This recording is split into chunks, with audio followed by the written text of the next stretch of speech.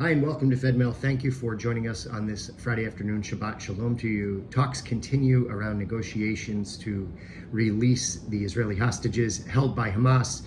There are over 130 hostages still remaining in captivity, along with 6 Americans.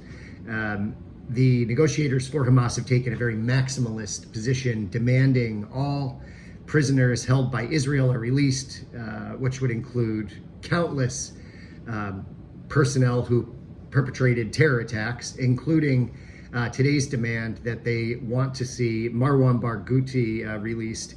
He was the leader of the first and second Intifada. So needless to say, the talks are quite complicated, and the demands coming from the Hamas side are incredibly unreasonable. So we'll see where things go.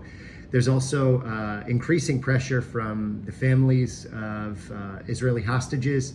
They've been encamped outside of both the Knesset and the homes of Israeli leaders, demanding that more action is taken to see their family members released. When I was in Washington, D.C. for the fly-in earlier this week, we met with families of hostages, and to hear their story was gut-wrenching, of course.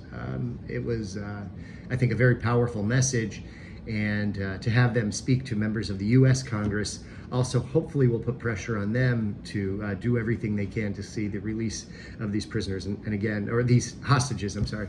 And of course, we have to keep in mind, as I mentioned before, there are 6 Americans among the group. Also in the news from that region, a major shipping group has decided not to use the Red Sea shipping lanes because the convoys, the ships continue to be attacked by the Houthis. In response to Iran's attack last week on a U.S. base, the United States Treasury has put further sanctions on the Iranian Revolutionary Guard. Tensions, of course, remain high in the north of Israel, and in fact, some of the Israel's leadership came out and said that what happens in Gaza, whether there's some sort of ceasefire, that will not take place on the northern border. And of course, there are hundreds of thousands of Israelis who are still not at home. They had to evacuate on October 7th and the days following, and they have not returned due to the continued fighting, rocket fire, cross-border skirmishes in the north. So the situation is incredibly difficult and challenging, and that's why we went to Washington, D.C. to make sure that our elected officials know that, and also know about increasing anti-Semitism in our own community.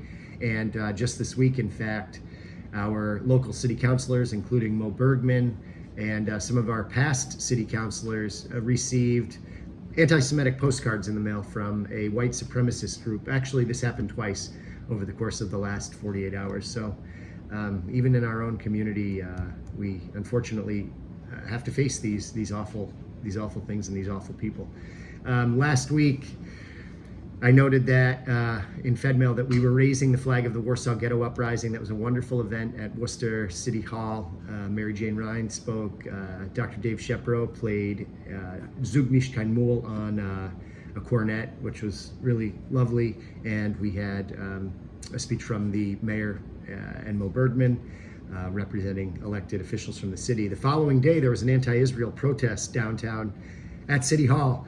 And to see the protesters spewing vile comments about Israel, including, again, justifications for October 7th, there in the background was the flag of the Warsaw Ghetto Uprising flying proudly with the Jewish star on it. So I think it was a very powerful symbol, and I'm glad that we were able to hold that program, especially when we did.